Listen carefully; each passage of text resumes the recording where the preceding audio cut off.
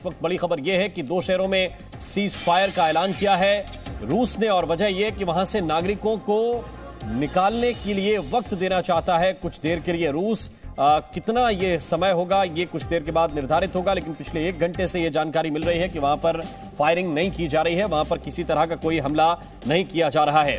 हमारे साथ इस वक्त शिवांगी ठाकुर जुड़ रहे हैं, सी मीडिया संवाददाता हंगरी में इस वक्त मौजूद है, बुडापेस्ट से इस वक्त हमारे साथ लाइव है। शिवांगी, इस वक्त आपके पास क्या अपडेट है? अभी भी जो भारतीय छात्र हैं, भारतीय नागरिक हैं, वो पहुंच रहे हैं हंगरी?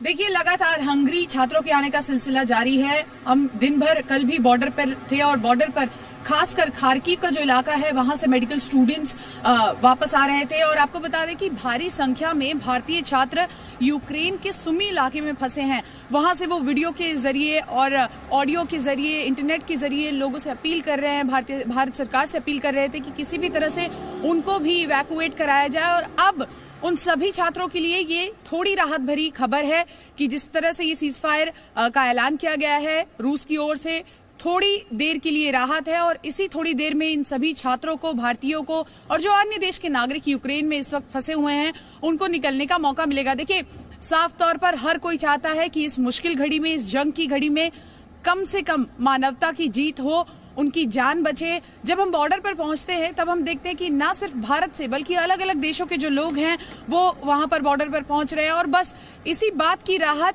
कि हम सही सलामत यहाँ पहुंच गए हैं। हमें एक महिला ऐसी मिली जिनसे हमने बातचीत की, 5 साल की उनकी बेटी थी और उनका कहना था कि अगर मेरे पास ये जिम्मेदारी नहीं होती, मेरी बेटी नहीं होती, तो आज मेरे हाथ में भी गन होता, मैं अपने देश के लिए लड़ती, खड़ी रहती। भारी संख्या में यूक्रेनियंस जो है वो हंगरी में दाखिल हो रहे हैं और हंगरी जिस तरह से बाहें खोलकर इन सभी लोगों की मदद कर रहा है वो भी काबिले तारीफ है। यूक्रेन के लोग हों, इंडिया के लोग हों, अन्य देशों के लोग हों, खाने पीने की व्यवस्था की गई है, रहने की व्यवस्था की गई है और यही अपील की जा रही है। देखिए, आम जनता, कोई भी नहीं चाहता कि जंग हो, लेकिन जब स्थिति ऐसी आ गई है तो लोग यही कोशिश कर रहे हैं कि सुरक्षा बरती जाए।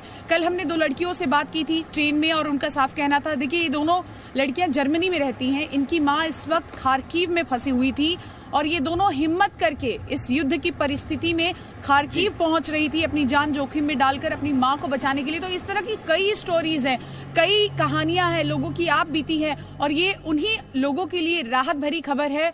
लोगों में थोड़ी सी राहत है कि थोड़ा वक्त मिलेगा तो वो अपनी जान बचाएंगे, वहां से निकलेंगे। भारतीय छात्र खासकर जिस जगह पर वो हैं, खाने पीने की दिक्कत हो रही है। कल भी हमने देखा कि पानी नहीं मिल रहा था और देखिए यहाँ स्नोफॉल हो रहा है, जो बर्फबारी हो रही थी उस बर्फ को पिघलाकर पानी पी रहे थे।